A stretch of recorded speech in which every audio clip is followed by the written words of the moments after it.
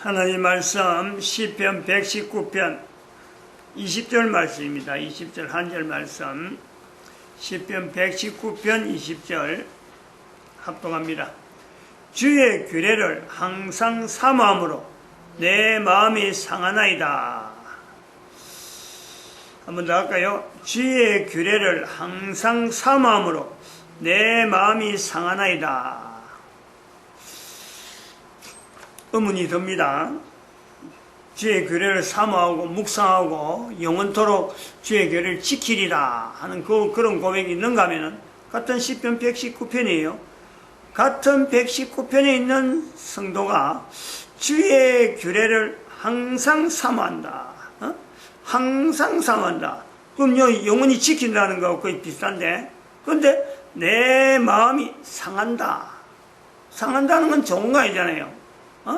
내 마음이 상한다는 것은 내가 뭔가 고통이 있다는 거죠. 참 주의 규례를 항상 사모하는데 내 마음이 상한다. 우리가 한글에 표현되어지는 번역하는 이런 내용에 또 이거 의미가 전달되는 이 과정에서 전달하는 사람과 전달받는 사람들의 그 간격에서 상당히 다양한 천차만별로 해석할 수 있는 여러 가지 요소가 있을 것이라 이렇게 봅니다. 그러나 저는 어찌 보면 119편의 전체를 봐가지고 전체의 흐름에서 주의 규례를 내가 사모한다, 내가 영원히 지키고 싶다 하는 이 구조가 있다는 거죠. 주의 규례가 우리가 일반적으로 아는 상처를 받았다, 내 마음이 상처를 받았다, 주의 규례를 내가 지킴으로 내가 뭔가 상처를 받았다, 이런 내용보다도 의미는 그런 표현인데, 내가 항상 사모함으로 내 마음이 상한다 하는 것은 어찌 보면은 그걸 지킴으로써 내가 불이익을 받는, 상하는 거죠. 이런 개념보다도 항상 사모한다, 항상. 내 마음이 상한다. 항상 사모하는데, 주의 규례를 항상 사모하는데 내 마음이 상한다. 이거는 어쩌면 지금 우리는 시편 119편에 이런 글을 두고 전 인류가 현재적으로 시편 성경을 펴시다, 119편을 펴시다, 그리고 20절 펴시다. 그럼 똑같이요. 일률적으로 시편 119편 20절 펴면은 주의 규례를 항상 사모함으로 내 마음이 상하나이다 하는 건요, 언어는 다르더라도 똑같은 의미를 두고 표현하려고 하고 있는 것은 지금 시대예요. 지금 시대. 근데 지금 이 시편 119편이 있을 때를 가보면은 성경을 쉽게 볼 수 있겠느냐? 규례라고 하는 내용이 일종의 성경인데 성경을 쉽게 볼 수 있겠느냐는 거죠. 그 당시 성경은 들고 다니는 그런 성경이 아니고 두루마리, 크기도 어마어마한 크기고 한 두루마기에 불과 해봐야 성경 10편 정도, 10편, 성경 10편이면 우리가 성경을 1장, 2장 할 때에 그런 건 10장 정도 분량만 돼도요, 그 두루마리가 다 끝나버리는 거예요. 그 어마어마한 두루마리를 수백에 수천이라 할 수 있을 정도의 두루마리가 이게 모아져야 오늘 우리가 말하는 한 권의 성경이 됩니다. 그러면은 성경을 읽다가 어떤 부분의 성경을 지금 읽고 있는데 이게요 뜻이 해석이 안 되고 보는 게 만날 그 부분의 성경이다. 창세기, 예를 들어서 창세기 1장에 있는 것도 한 창세기 6장까지만 있는 내용이다. 그 내용을 읽었다. 그 주의 규례예요. 읽는데 마음에 안타깝잖아요. 뒤에 또 있는 줄 아는데 창세기 6장 또 7장 8장 이래 있고 또 아브라함이 등장하는 12장도 있고 출애굽기, 레위기, 신명기 쫙 있단 말이에요.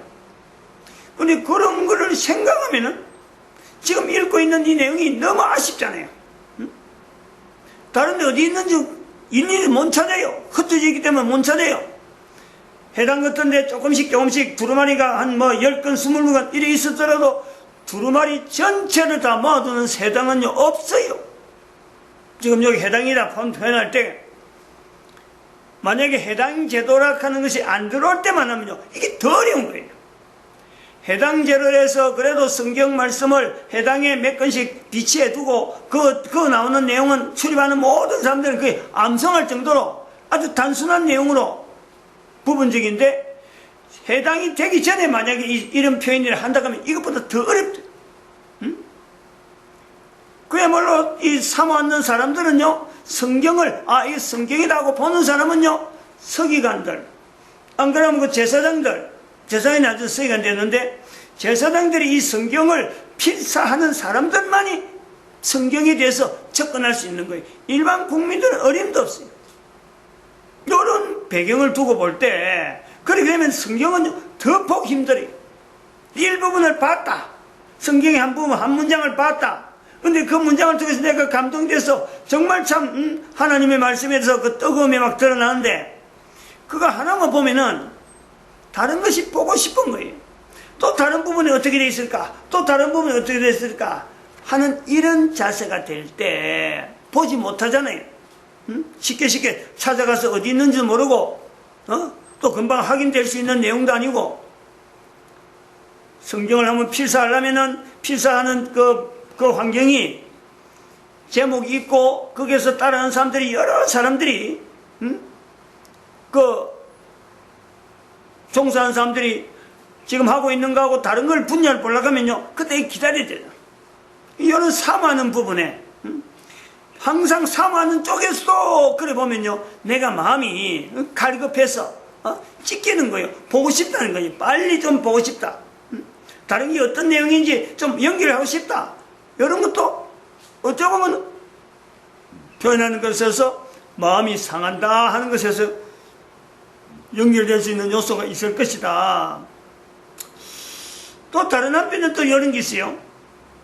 이제 성경이니까 필사본까지 우리가 들어가면 필사본 영역의 환경에서 또 하나의 우리가 요소가 있는 것이, 주의 말씀을 내가 항상 사모로 내 마음이 상한다 하는 부분에 현재적으로 실제적으로 나오는 내용은, 필사를 하면은 이제 옆에서 한 사람이 불러줍니다. 안 그러면 보고 쓰는데, 불러주는 성경을 갖고 이제는 적는다. 적을 때요, 한번 확인하는 거예요. 적고 나서 적기 전에 한번 보고 또 적죠. 하지만 글 쓰는 사람이 굉장히 이건 어려운 그 환경이란 말이에요. 그럼 문장을 한 문장을 썼다, 안 그러면 한 단어를 썼다 확인한다 할 때 안 맞는 거예요. 들려줄 때는 읽어주는 사람은 읽어주는데, 이 성경 히브리어 성경은 우리 한글하고 다른 게 모음이 없어. 모음이 없기 때문에 불러주는 사람이 발음에 따라서요, 그 자음을 모음이라고 표시될 수 있는 내용 자체가 없기 때문에 이게 잘못 읽을 수가 있어요. 자음만 있기 때문에 거기다가 모음을 어떻게 붙이는지는 읽는 사람이 그동안 훈련받은 대로 읽어가는 거예요. 그게 잘못 읽는 것이 얼마나 많기 때문에 쓰다가 확인해보면 잘못 쓴 게 나오는 거예요.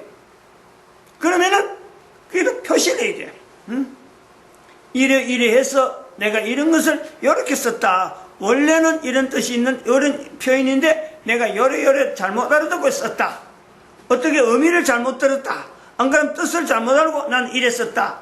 라고 하는 이런 색인을 해야 돼요. 색인을. 그러면은 주의 규례를 항상 사모하는 입장에 보면은 그런 색인을 볼 때 이게 마음이 즐거울 것 같아요. 아주 마음이 상할까?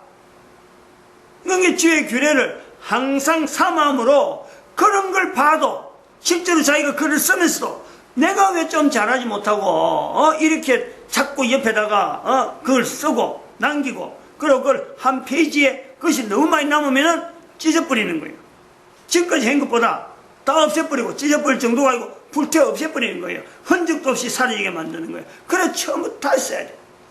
그러면 필사하는 것이 얼마나 곤욕스러울까. 그럼 그 직업 자체에서 하나님 말씀이라고 하고 달라들었지만은 그런 것이 진행이 안 되고 진도가 안 나고 자꾸 미기적 할 때는요 본인이 자책감을 느껴요. 자책감을. 그러니까 마음이 상하는 요소도 있을 수가 있는 거예요. 이런 상황이 있다. 그럼 이런 것들은 어쨌든 간에 하나님의 말씀에 대해서 이것도 정갈하게 나름대로 그 중심을 하는 그 자세는요, 분명하게 시편 119편에 있는 대로 영영이 지키겠다. 주의 말씀을 내가 영영 삼아한다. 이런 내용이요, 연결될 수 있는 요소다. 하나님의 말씀이란 분야도 이랬는데 우리가 잘 연결해야 됩니다. 하나님의 말씀이라 하는 것도 지키고 삼아한다 하는 것도 우리가 구체적으로 들어가 보면은 현재적으로 가면요, 개인의 고민, 개인의 갈등, 개인의 어려움, 그냥 뭐 사모한다 하니까 늘 좋은 일만 있는 게 아니고 그 하나를 지키기 위해서, 그 하나를 나타내기 위해서 그 삶 속에서 표현되어지는 그 환경은요, 우리가 지금 상상이 어려울 정도로 여러 가지 어려운 환경 속에서 지내온 거란 말이에요. 이런 걸 우리가 보면서 교회라고 하는 것이 뻗어져 있고 그 속에 내가 어떤 직분을 맡아갖고 교회 생활을 한다고 하고 신앙생활을 한다고 하고 넘어오는 그 내용이 있다 하더라도 실제로 그 교회 생활 속에는요, 들어가 보면은 다양한 환경이 똑같이 돌아가지 않아요. 오늘 가고 다음 주 가고 그 다음 주 가고 늘 다니던 교회고 늘 다니는 길인데 늘 만나는 사람인데요, 환경에서 나타난 내용은 또 그러고 서로 주고받는 언어는요, 전혀 다른 언어들이 주고받을 수 있는 요소가 있단 말이야. 그러면 우리가 볼 때 가정생활하고 좁혀나와서도 마찬가지지만은 똑같은 가족들끼리 만날 찢고 뽑고 뭐 눈을 보면 똑같은 사람 만나는데 일어난 일이 똑같지 않듯이 우리가 살아가는 환경 전체가요, 구체적으로 들어가보면 하나하나마다 전부 다 어려운 일이야. 근데 그 어려움 속에서도 하나님께서 나름대로 인도하시는, 내가 하나님을 믿는다 하는 것이 뭐냐, 그 개인이 그거 연결 안 하고 어제 한 거나 지난주에 한 거나 지금 하는 게나 또 내일 하는 게나 다음 주 하는 게나 똑같을 줄 알고 그냥 덜렁덜렁 다닐 수 있는 사람이 없다는 거지. 하나님의 은혜라고 하는, 하나님께서 지금 이 내가 하는 일을 지켜보고 있다, 내가 하는 일에 하나님이 동행한다 하는 그 의식이 개인적으로 개인에게 없으면요, 하루하루 살아가는 가정생활도 그렇고 교회생활도 그렇고 직장생활도 그렇고 사실은 어려워요. 그 살아가는 것이 마음이 상하는 일들이 어마어마하다니까. 근데 그런 마음이 상하는 것도 아까 말했지만 성경이라고 하는 내용에 항상 사모함으로, 주의 규례를 항상 사모하는 이 어떤 포스터가 분명히 있으면요, 아름다운 거지. 상하는 것도 아름다운 거잖아요. 나중에는 결과적으로 굉장히 좋은 어떤 결론들이 막 나오죠. 시편 119편의 전반적인 내용이 그러하다는. 그러니까 영영이 지키고 영영이 사모하는 그 자리가 주의 규례, 주의 말씀, 주의 율례, 이 자리가 주어진단 말이에요. 하나님이 함께 하심에 대한 내용이 없으면은 그런 상황을 내 삶 속에서, 내가 말하는 속에서, 내가 만난 삶 속에서 그런 거하고 연결시키지 않으면요, 산다는 게 정말 지겨운 거예요. 우리가 어떻게 똑같이 살아가고 이 지겨운 것을 내가 60년 살아오고 70년 살아오겠다, 정말 힘들어요. 유지해 나가는 것이.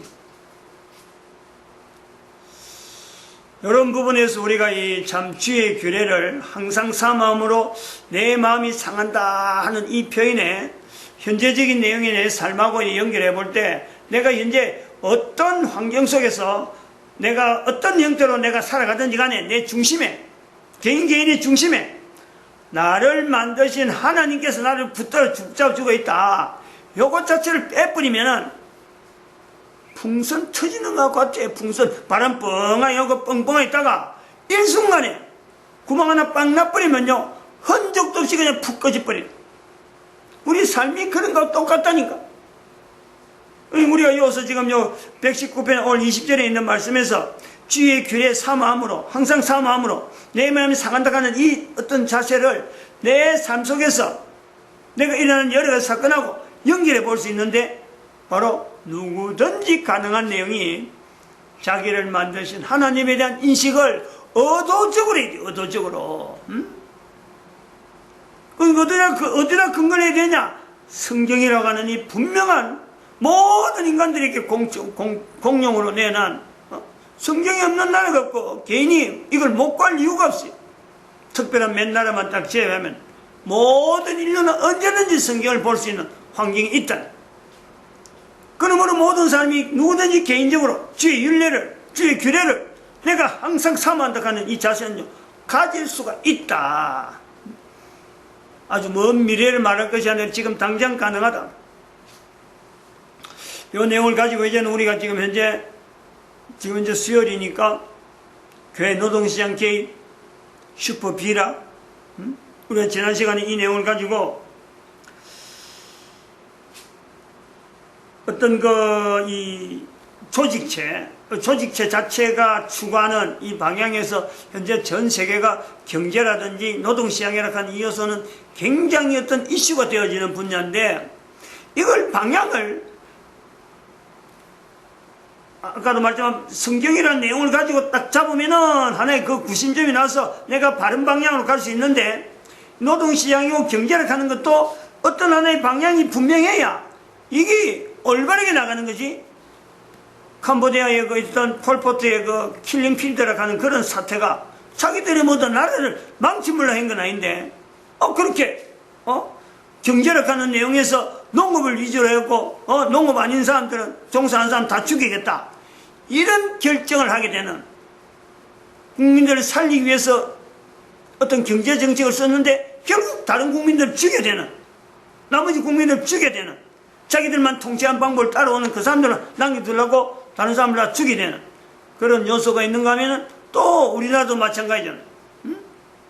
경제 하면서 나가더라도 이 경제를 어떻게 보느냐? 대한민국에 지금 현재 문제 있는 북한하고 같이 북한의 수준에까지 대한민국을 북한하고 같이 가려면 남한이 너무 지금 경제가 차이가 나니까 남한 경제를 뚝 떨어뜨려가지고 비슷하게 북한하고 어깨가 비슷하게 하려고, 그래야 남북이 좀 평등하게 어떤 연방 정치를 할 수 있을 거 아닌가? 이 전략을 가지고 지금 대통령으로서 나타내는 경제 정책, 그래가지고 헌법을 바꾸려고 이제 북한하고 같이 가려고 헌법을 바꾸려고 지금 법무부 장관 그 누더기 같은 사람을 말이죠, 조국, 피해자 조국, 곧 이제는 뭔가 뭔가 구속이 될 수 있는 그런 사람이 분명한데도 그 사람을 지금 법무부 장관을 시켜놨고 밀어붙이는 거예요. 캄보디아에 있는 킬링필드가 나오는 거나 대한민국에 나오는 이 내용이 하나의 경제라는 내용 구조는 같아요.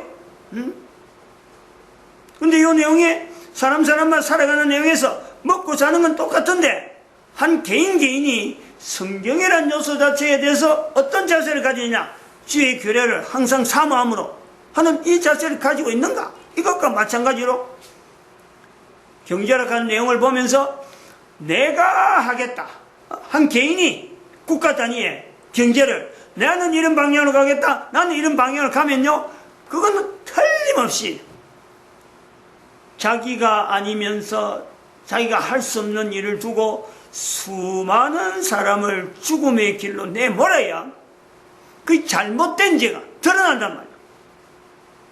이거는 지금 우리 대한민국의 아주 무서운 말입니다.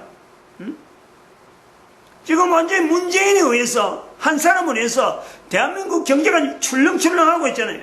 대한민국 정치나 대한민국 지금 이 정치 형태라든지 지금 여러 가지 나아가는 것이요, 다른 사람은 전혀 틈을 못 찾는, 아니 그 법무부 장관을 인정, 내정, 청문회, 그리고 임명, 그리고 또 임명된 조국은 임명된 지 하루 만에 검찰을 지금 완전히 붕괴시켜갖고 뭔가 자기 마음대로 하려고 지금 인사권을 갖고 마음대로 좌우하려고 하는, 이런 게 지금 바로 어제 오늘 계속 나타나는, 하루가 다르게 우리가 신경을 곤둑 써야죠. 야, 이거 우리나라가 어떻게 가지, 어떻게 가지, 고민스러운 현장이 있단 말이야.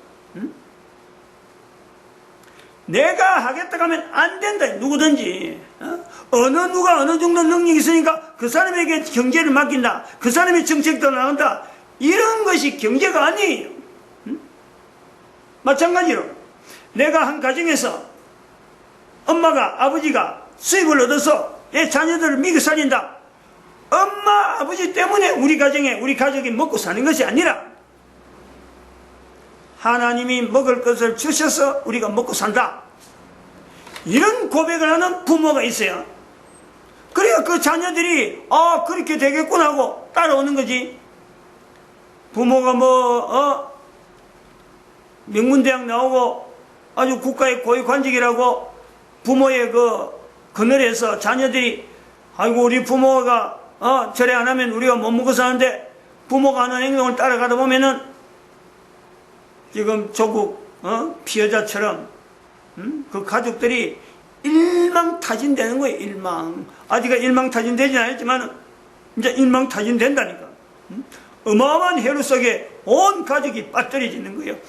이건 아주 극렬하게 대한민국의 지금 현재 상황에 두고 문재인과 조국의 또 그런 조국의 가족들 또 다른 말로 하면 문재인의 가족들 지금 얽혀있는 수많은 내용들이 지금 감자 캐가지고 지금 줄기 잡아 당기면 고구마 줄기에는 고구마 주렁주렁 달려나오고 감자가 주렁주렁 달려나온 것처럼 어마어마한 지금 스캔들이 어마어마한 지금 게이트가 지금 될 것 같은 그런 요소를 보고 있다는 이걸 봐라는 거죠. 이걸 비교해라는 거예요.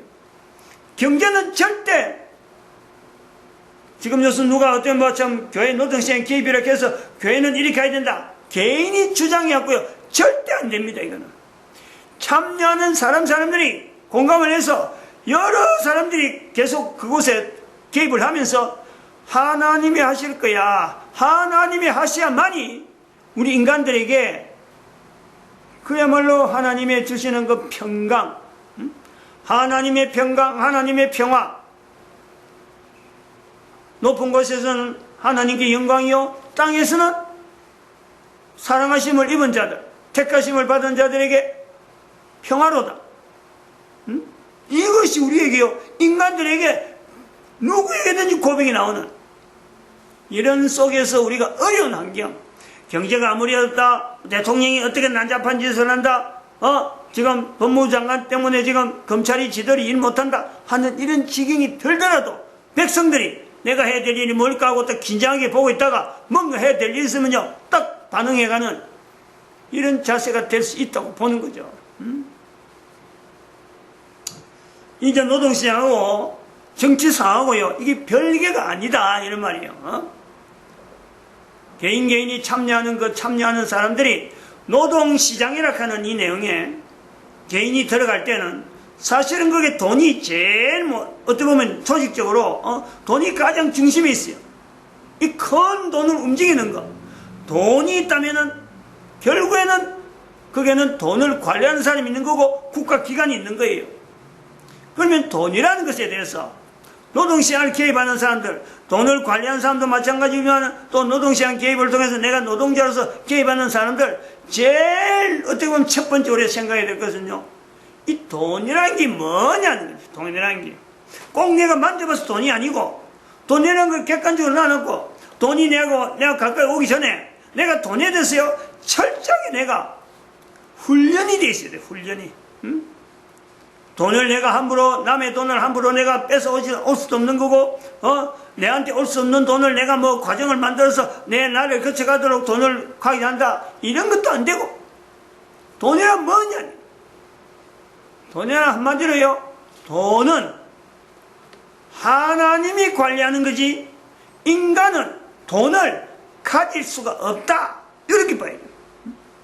하나님께서 하나님의 권세를 가지고 온 인류 가운데 돈을 통해서 인류를 나름대로의 평강을 줄 수 있는 그런 구조로 하나님이 쓰셔야만 인간이 돈에 대해서 돈으로 통해서 주어지는 환경에 평강이 있는 거고 평화가 있는 거지. 개인이 그거 들어가고 이거 내낀데 하고 엉켜지다 보면요 개인 간의 차별 어마어마한 차별이 생겨요. 돈은 가진 사람들이 자꾸 끌어모으려면 그 돈은 흡입력이 있어갖고 돈 때문에 돈이 막 굴러가는 거고 그 돈으로 해서 돈을 걸어가는 것 모아지는 것 같은데 결국은 그 돈이 모아지면은 그 돈이 또 산지사방을 흩어져야 되는 이 파괴력이 있다는 스스로 이게 폭탄처럼 터진다, 빨리 터져. 지금 조국은 지금 그런 비리 속에 그 나타나는 내용 때문에 조국이 지금 가족이 지금 완전히 지금 풍지박산되는 요소를 보는 거예요. 끌어모을 때만 끌어모으려고 했는데 이게 일정한 용량이 되면 이 터질 수밖에 없는 요소가 있다. 이 돈에 대해서 첫째, 돈은 철저히 사람이 가질 수 있는 내용이 아니다. 개인이. 그 자세를 내가 노동시장 들어갈 때요, 이걸 견지를 해야 돼, 견지를. 마치겠습니다. 여기서 마치겠습니다. 기도드립니다. 할렐루야.